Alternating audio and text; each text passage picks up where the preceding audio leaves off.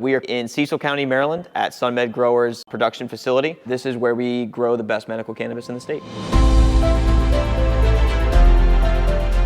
Jake Van Wingerden, our company founder and president, is a third-generation greenhouse grower. It's a very successful business just down the road here that sells, annual bedding plants to Lowe's, Home Depots, and garden centers all over the country. When medical cannabis passed in Maryland and the licenses were out to be awarded, Jake applied, being the farmer from Cecil County, the plant guy. We know how to grow plants. So we applied for a grower license, and we're lucky enough to win one of the first grower licenses in Maryland in 2016. We first opened up in 2017, and we've been growing ever since.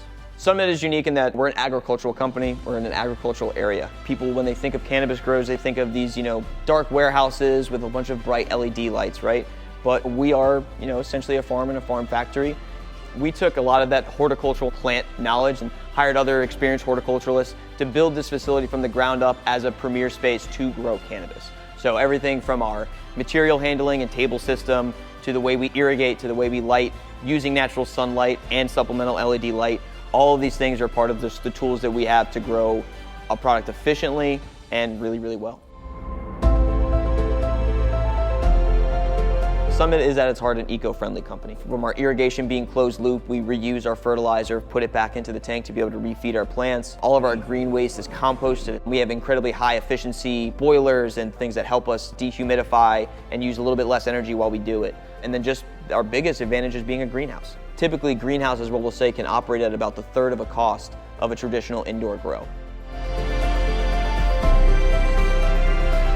Cannabis goes through a roughly 20-week cycle from the moment you put it into the ground to the time it's ready to be consumed. It starts in our mother room. That's where we keep the stock of over 150 different genetics or strains. And then we take little leaf cuttings from that and propagate them in our propagation room for up to 2 weeks. We keep the room real nice and humid, real warm, allow those roots to take place. Then we let the plants harden up, and from that point, they're transplanted on our state-of-the-art transplant line and moved into our vegetative room. The vegetative room simulates about 18 to 20 hours of light a day, so the plants grow nice and tall and healthy and full, and then they get spaced out into our flowering rooms, and they spend roughly about 8 weeks there. Puts us at 12 weeks of just growing the plant. Then after that, when it's harvested, we do a hang dry for 7 to 10 days in one of our climate-controlled rooms. That brings it slowly down to a desired moisture content level. From that point, we will debud the plants and then allow those buds to cure for another 2 to 4 weeks. That's when it enters our trim room, our packaging room, and then all the things that people like to forget about after growing it, which is making the bud pretty, getting it into a compliant package.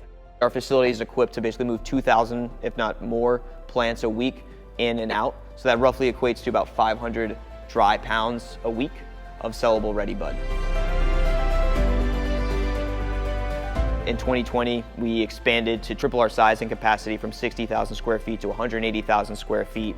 Our phase 3 expansion doubled that again. We've always known from the beginning that not only do we want to be big, but we want to be big enough to make sure that we can provide medicine for every patient in every corner of the state. The room for growth is unlimited. When the switch does flip and recreation does happen, we are in a great position to be able to feed what we believe is going to be a 3x, if not more, demand. Last year, we opened up SunMed Labs, which is our processing side. We produce a best-in-class vape and dabbable extract. We're actually going to be including edibles in our new expansion. A 50,000 square foot standalone processing facility is going to have a state-of-the-art chocolatiering room, gummy room, as well as a commercial kitchen for edibles and brownies and Rice Krispies and things like that. So that's all coming down the pipeline in the next year or so. This is a company that sets a standard for what safety and compliance and efficiency can be. It makes you feel like I really am part of a company of the future here.